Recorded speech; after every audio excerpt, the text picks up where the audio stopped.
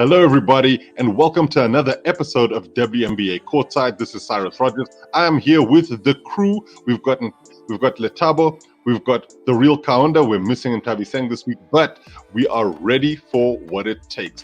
And we're talking about the WNBA All-Star Game. Lethabo, I'm going to start with you. This has been a bit of a contentious issue because obviously it starts with the fact that we've got a different format this season. We've got the WNBA All-Star team taking on Team USA because the Olympics is just around the corner. And then it's about who didn't make Team USA to begin with. And that's had its own ramifications. But let's look at the teams themselves. So, Lethabo, we've got the teams up here. They're fairly strong teams, both of these. You know, the WNBA All-Star team has got some really heavy hitters in there. And I don't just mean in size. Yes, Liz Cambage is there. She's fantastic. We've got Jonquel Jones. There's Devon Bonner, Candace Parker. But what's interesting for us, for people with, with African links, Satu Sabali and Nneka Ogwumike are there. So let's look at the WNBA All-Star team. Do you think this is a strong enough team to take on that Team USA roster? I think so. I definitely think that they could bring it. I think they have different skill sets there. You also have a couple of budding youngsters. And I think actually they have probably more first-time WNBA All-Star appearance play, like, Betnisha Laney is over there. Yeah. Talia Copper's there. You've just mentioned Satu Sabali. So yeah, I do think it's possible. I mean, it's gonna be hard, but I don't see it completely. I mean, they also have Jonquel Jones. I mean, you're never gonna get me to bet against Jonquel Jones. So that's true. And the thing is, we've talked about how good the players in the WNBA All-Star roster are, but Kaunda, when you look at that team roster, this is a team that is building up to trying to win another gold medal at the Olympics. This is what these guys are about. Now, we cannot go any further without talking about the fact that there's a massive omission in terms of the former MVP, Nneka Ogwumike, who is one of your Los Angeles Sparks players. But that USA team has got some real big names there. The likes of Sue Bird, Diana Taurasi are there, Skylar Diggins-Smith. When you look at that roster, you think, okay, Sylvia Fowles, Tina Charles, Chelsea Gray, Brittany Griner. I mean, it is going to be very difficult for anybody to beat them. When you've also got now that you say that out loud, yikes, I'm like, ooh, yeah. And Asia Wilson. So you look at all of those and you think, okay, is this Team USA is just a warm-up game? Look, I think for me, it was very cleverly done, Cyrus. Well, what they did, obviously, when selecting the Olympic team is they picked a lot of the best. And I know there's been the contentious issue around Nneka Ogwumike. Maybe they assumed that she would get an All-Star nod, and that wouldn't be a big issue. But first, if I look at that that Team USA squad, and I think the three of us have had this discussion off camera. Look at who we're looking at here. I mean, just look at the front court. Asia Wilson, right? You got Brittany Griner. You've got Sylvia Fowles. I mean, if you were to say, okay, you're going to remove one of these players and replace her with Nneka Ogwumike, who would it be? You see, that is the difficult question there. There's no clear-cut front court player there that you can say, no, we're going to remove you and put Nneka Ogwumike there. I would say Ariel Atkins, to be quite honest. Based on the fact that it's Ariel Atkins. No, based on the fact that Nneka has more credentials than her. That's just that simple. She's been there. And I think this is also the thing. Perhaps, I mean, we're having this conversation a little earlier than I'd like to. But when you look at it, you've got the US, Team USA's reasoning behind it not selecting Nneka for the Olympics was really flimsy and really flawed. This is the former MVP. We're not just talking about, as Jose Mourinho says, another one from the bottle, this is somebody who's got the skill set. She's paid her dues. She's been told, look, you're up next. and every time Up Next came, it never came to her. So, you know, it's one of those things. But I think let's look at the matchups, though, and we're still talking All-Star here. Now, Kaunda, for me personally, I'm looking at this WNBA All-Star team, and I'm thinking, look, Liz Campage is just fantastic. You know she's going to bring it when she's on there. Jonquel Jones is also another one who's really, really fantastic. And then Brianna Jones is going to be a really interesting one in the front court too. But when you put them up against the Brittany Griners and the Tina Charleses and the Sylvia Fowles, and you're just like, okay, is that really fair? And we haven't even talked about the fact that you've got this sort of two MVP, back and forths in Asia Wilson and Brianna Stewart, who could destroy teams on their own. We haven't even mentioned Jewel Lloyd, so it's a heck of a thing. And I suppose perhaps Nneka might feel a little slighted, but you've also got Candace Parker, who didn't make Team USA, and she's sort of headlining the WNBA All-Star team. Lethabo, do you think that's something that perhaps the All-Stars will think, look, Candace is also one of those who'll be like, hey, I'm as old as some of those ladies, and they're still going, why can't I? Well, isn't it a situation where Candace kind of just is like, I'm not trying to do this anyway? Well, at least the Olympics, I know she's like, I'm done with playing games with Team US. I'm going to go earn my check as a reporter. Thank you so much. I don't know why it didn't work out with the WNBA. Even on the Nneka side, I don't understand why she's not on that roster.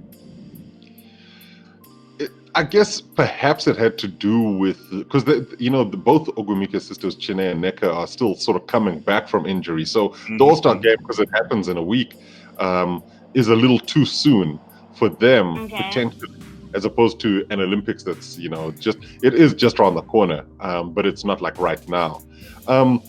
Let's go into the Olympic story. And Kaunda, I mean, if we're going to talk about, in fact, before we do that, I want to talk about this lady right here, one of Lethabo's absolute all-time favorites. Jonquel Jones is going to be one of the most important players for this WNBA All-Star team, because when you look at just how well she's playing, and then you're going to be like, okay, fine, she's got to have some of these young players backing her up while they're trying to make a run. I'll actually start with you, Lethabo. I think that perhaps looking at Team USA, you say, okay, that's a really, really, really strong team. But this WNBA All-Star team is not terrible. And I do think that they'll actually try and give them a game. I don't think it's going to be like, a general All-Star game. It's like, okay, you go, and then I go. No, I think it's going to be a situation, a strong front court versus a strong back court. That's what it looks like to me. And I think it probably might be down. If it's down to the benches, then yeah, I don't see Team WNBA winning because they look like they're going to have a weaker bench. If I just think about who might be starting, I just don't think that they have a bench that's going to go up against like freaking Skylar Diggins. You got Satu Savili going up against like a Skylar Diggins, or like it's not or even Nafisa Collier. But in terms of the starting lineup, I think starting lineup pound for pound to me is good. It's like a good front court versus a good back court. And then it's just going to probably come down to the coaching. See, that's what's nice. I love that, because that's a great battle. And when you look at it, I'm trying to think of who would actually be starters here. Kaunda, who would you say you'd start in Team WNBA? And then Lethabo, you tell me who your starters would be. For me personally, I mean, I'm looking at this list and I'm saying, how do I not start with Nneka Ogwumike? And not possible. Then we've got to throw in what? Duana Bonner? Hey, wait a minute. We're talking starters, right? Yeah. We're talking starters. So I always start with my front court. So I would throw in Liz Campage at the 5, right? Hang on. Who starts with the front court? I had to come on screen to say that. But anyway, let's go back. Do you know in which part of the court I played when I played? Yes, it was Cyrus. The front court. But the anyway. front court. So let's go. At number 5, I put Liz Campage, right? Yeah. At number 4, with all due respect, I would put Candace Parker. You hear that? Okay. You feel me? Okay. I didn't actually see she was there. Okay. Never mind. Yeah? And Lord, you see now, I'd have to bring in Jonquel Jones. I can't start without Jonquel Jones, so I'd have to ask Jonquel Jones to play the 3. I'd have to ask Jonquel Jones to play the 3. It's an All-Star game, so I'd be like, yo, Jonquel, you're playing the 3. Yeah, she can play the 3. Yeah, she played. Then I'd put Satu Sabili at the 2 and Nneka Ogwumike at the 1. Okay. That's Interesting. a 2. I know this is Kaunda's team. Look, it's your turn to pick. I've got my comments as well. I'm not going to go there. Okay, so let's look at WNBA It's team. an All-Star game, guys. It's an All-Star game. That's right. Do whatever you want. Sorry. Go for it. Pretty much the same lizard size. I pretty much agreed with Kaunda up until the point where he's talking about Satu at the 2. Yeah. And maybe have Courtney Vandersloot instead. Because then you have a facilitator, and then you have someone that can score, and then you have a pretty good front court. And I think we're good to go. See, I think that's the best line. I think that's the best lineup you can put up. I'm just. If you go back to the chart, maybe I'll look again. But I think that's the best lineup you can put together. It's the one sitting there, and so's the likes of Clear Copper, and I like that because for me personally, what I would do is I know I said okay when I start out, it's got to be Arike, it's got to be there, but I do think that perhaps you'd have to play Courtney Vandersloot, who's been fantastic, and her shooting's just been off the charts. I would potentially move Candace Parker to the 3, and then have Jonquel Jones and Liz Cambage as the 4 and 5. In that. Okay, that's interesting. You'd have Candace Parker playing small forward in that situation, with Jonquel then moving a little bit, because she's got, for me, she's a little bit more mobile at the 4, and then Cambage just having to do what she does. I think it's going to be a fantastic team to take on Team USA. I don't think we're going to go into the Team USA side of things, because that's already, as is, a monstrous discussion to have. But let's talk about the Olympics themselves, right? And we're going to talk about these 2 ladies. Now, we mentioned the fact that Nneka gets omitted from Team USA, but then her and her sister Chine are like, that's fine, guys. Deuce it to you. We're going to try and make it into the Nigerian national women's team lineup for the Olympics. They're on the provisional list. They're waiting for FIBA approval. And the likelihood is that they'll get it in order to switch national team allegiances, even though Nneka has played internationally for Team USA. And I think Chine might have had a couple of caps too. But because of this, FIBA can't grant an exemption and allow a player to bolster a team from a smaller nation. That is something that they've been doing. Let's start with you, Kaunda. Do you think this is a good thing for Nigeria? Do you think that potentially having Chine, Nneka, and let's not forget, they're not the only Ogwumike sisters who've committed to playing for Team Nigeria. You also have Erica, who's there, who hasn't played in the WNBA, but she said, I will be representing Nigeria to the fullest. So you might potentially have 3 Ogwumike sisters there. Is that a good thing for Team Nigeria? I think it's very, very much beneficial, Cyrus. It's not like they're getting second-rate bench players here. I mean, Nneka and Chine, those are great power forwards, and I think they can contribute quite a bit in that Nigerian front court. I know some people might have this and that to say, but you're not just getting some person who is an entertainer full-time and then they're a basketball player part-time. You're actually getting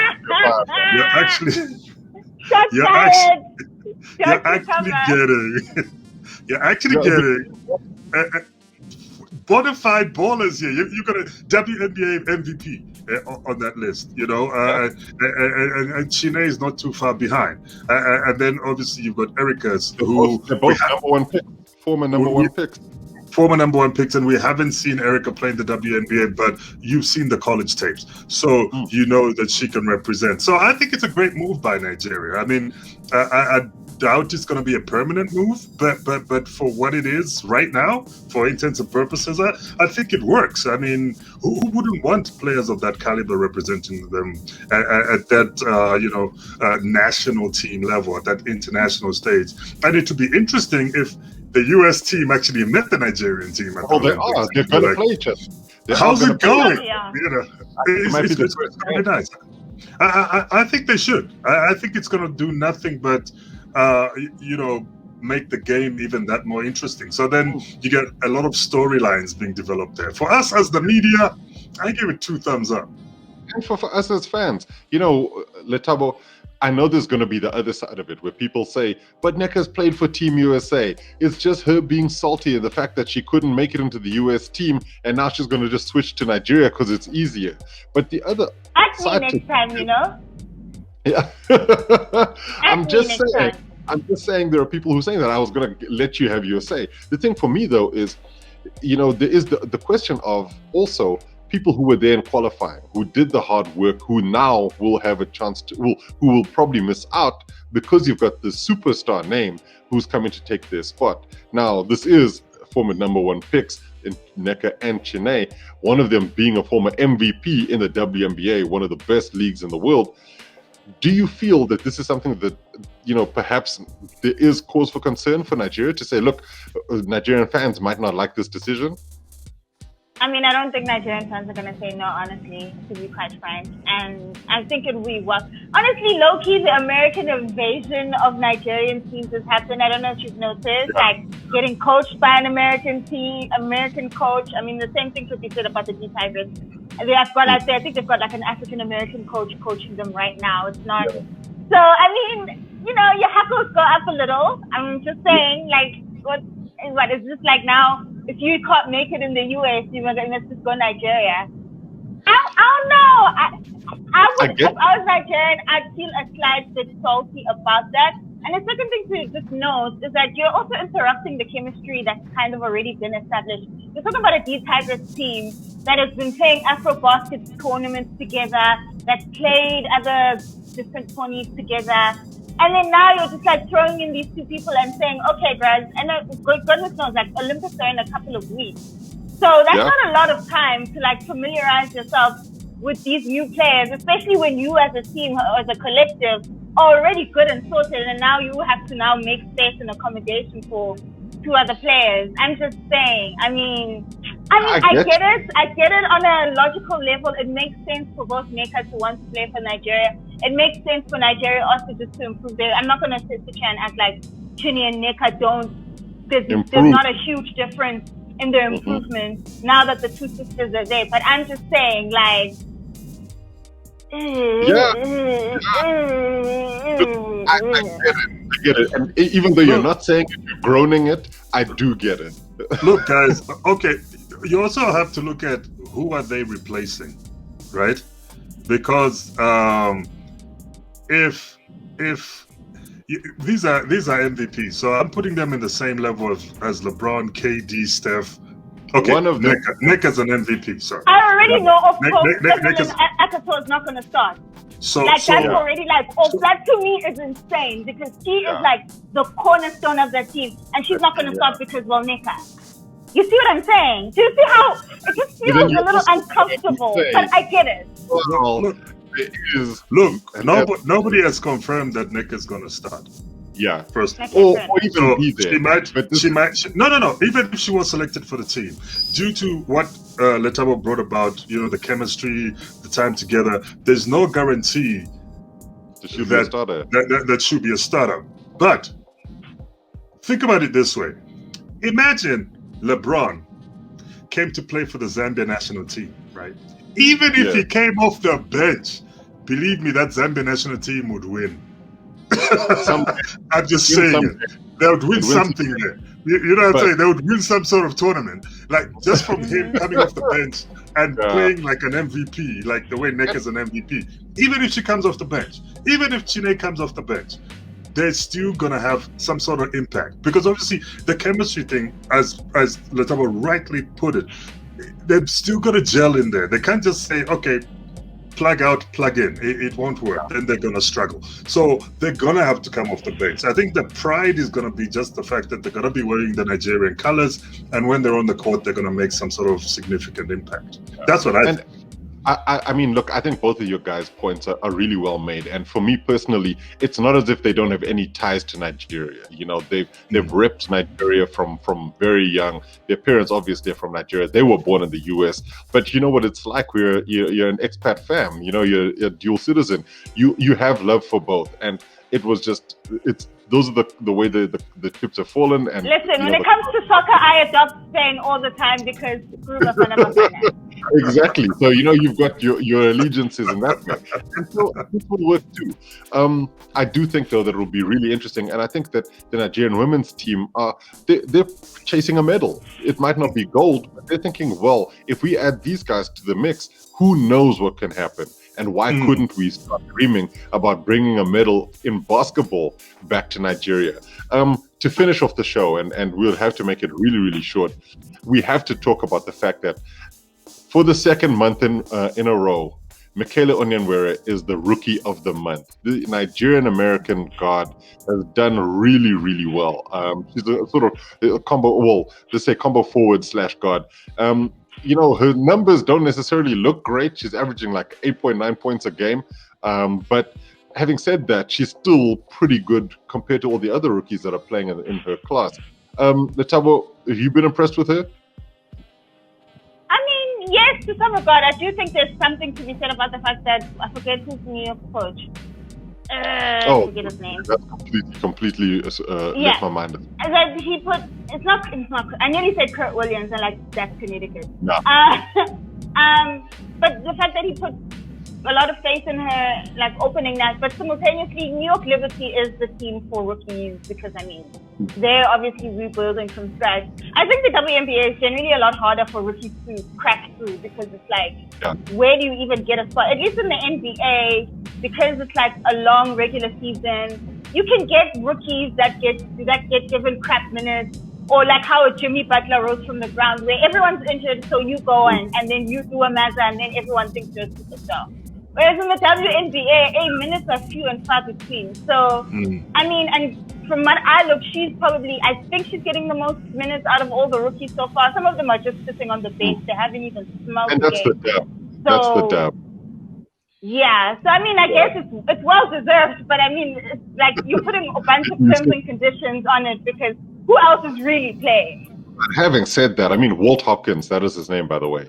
But the thing is, you still have to do whatever you can when you're on the court, and she has done that. She's actually had a couple of really big scoring games to go with the ones that are not so big scoring. Kaunda, you like what you're seeing from Onyenwere? Absolutely, and let me disagree with Lee a little bit. I don't want to downplay Michaela's talents. Sometimes you just land in the right position. Look at LaMelo Ball. LaMelo Ball landed in a rebuilding Hornets, right? And he's managed to be that point guard that they need. And I think Michaela the same. I mean, New York in a rebuilding stage, bunch of rookies. It's not that they just said go and do this and she did it. She is, you know, a top-notch player, and she's proving you just can't be Rookie of the Month back-to-back, Cyrus, just because they like you. You know what I'm saying?